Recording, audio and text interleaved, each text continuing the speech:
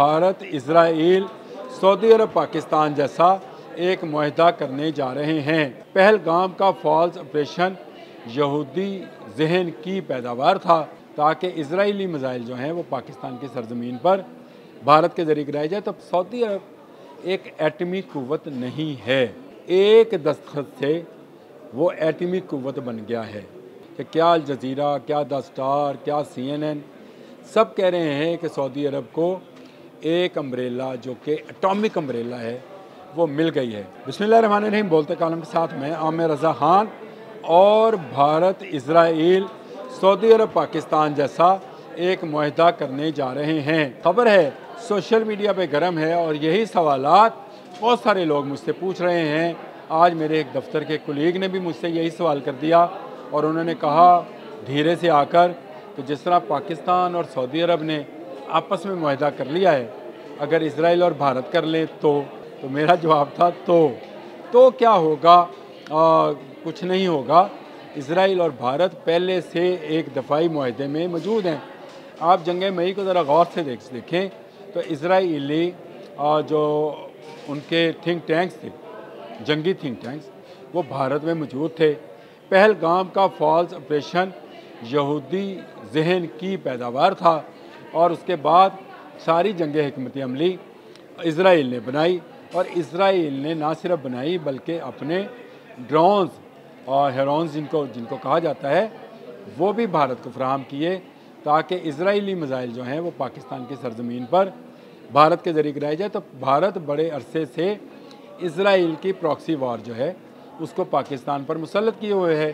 फिर फितनातुल हिंदुस्तान जिसको हम कहते हैं, ये असल में फितनातुल इजराइल भी है क्योंकि इजराइली राब्तों के बहुत सारे शवाहद बलूचिस्तान में दहशतगर्दों से मिले हैं।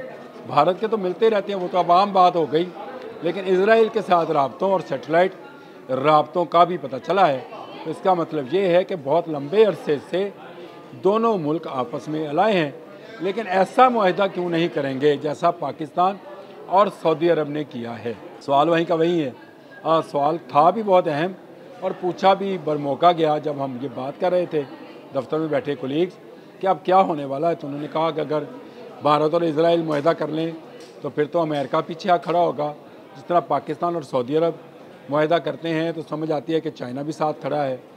तो मैंने उनसे कहा कि भारत कभी इजराइल के साथ ऐसा मुआहदा नहीं करेगा जैसा कि सऊदी अरब ने किया है। सऊदी अरब एक एटमी कुव्वत नहीं है, मानने वाली बात है, और सिर्फ एक दस्तखत से वो एटमी कुव्वत बन गया है।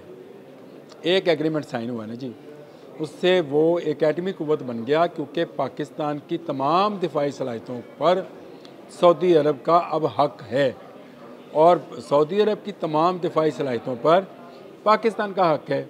लेकिन पाकिस्तान एक एटमी कुव्वत है जिसके बारे में मैंने कल आपको बताया था कि क्या अल जज़ीरा, क्या द स्टार, क्या CNN सब कह रहे हैं कि सऊदी अरब को एक अम्ब्रेला जो कि एटॉमिक अम्ब्रेला है वो मिल गई है। अब दूसरी तरफ आते हैं। दूसरा जो सवाल था जिसमें असल बात हो रही थी वो था इजराइल और भारत का मिलना।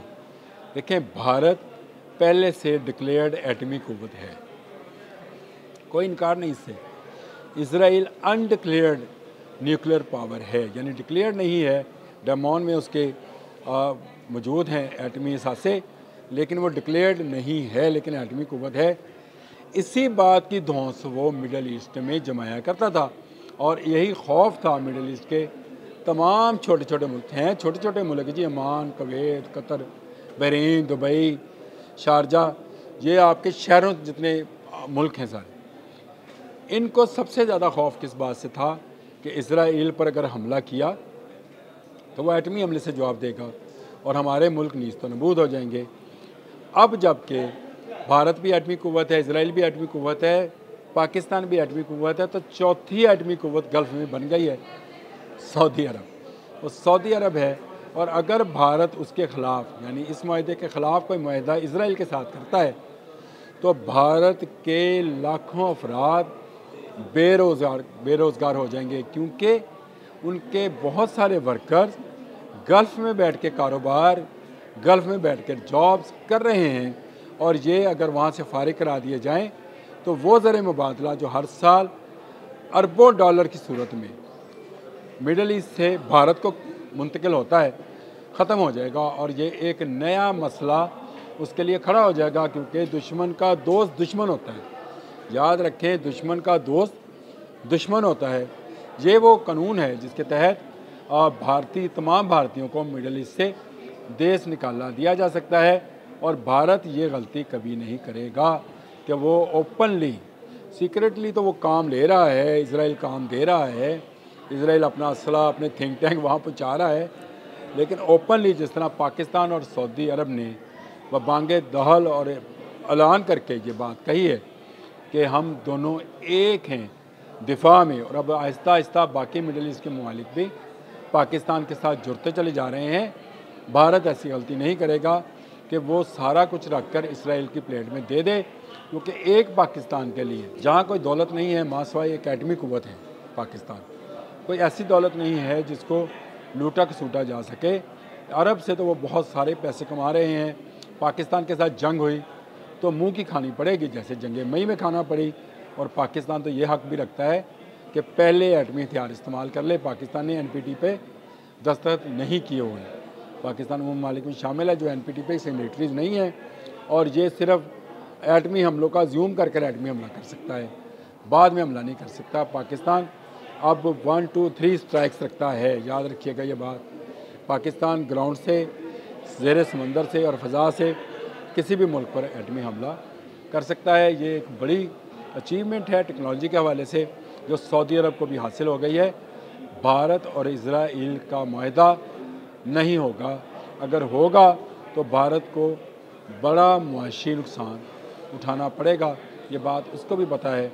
राफेल गिरने के बाद भारतीय फ़ौज जख्म चाट रही है, उसमें ख़ुद से ये एहसास पैदा हो गया है कि पाकिस्तान की एयरफोर्स और पाकिस्तान की बड़ी अफवाज काबिलियत में उनसे ज़्यादा है। देखिए, जंग में टेक्नोलॉजी वो काम नहीं करती है जो आपकी जहनी काबिलियत करती है।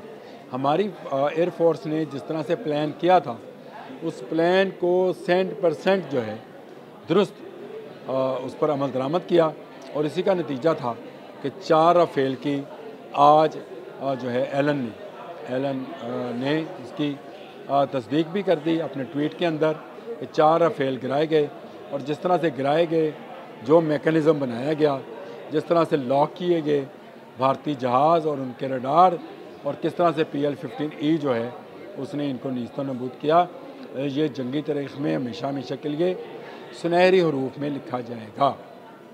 अब तक के लिए इतना ही।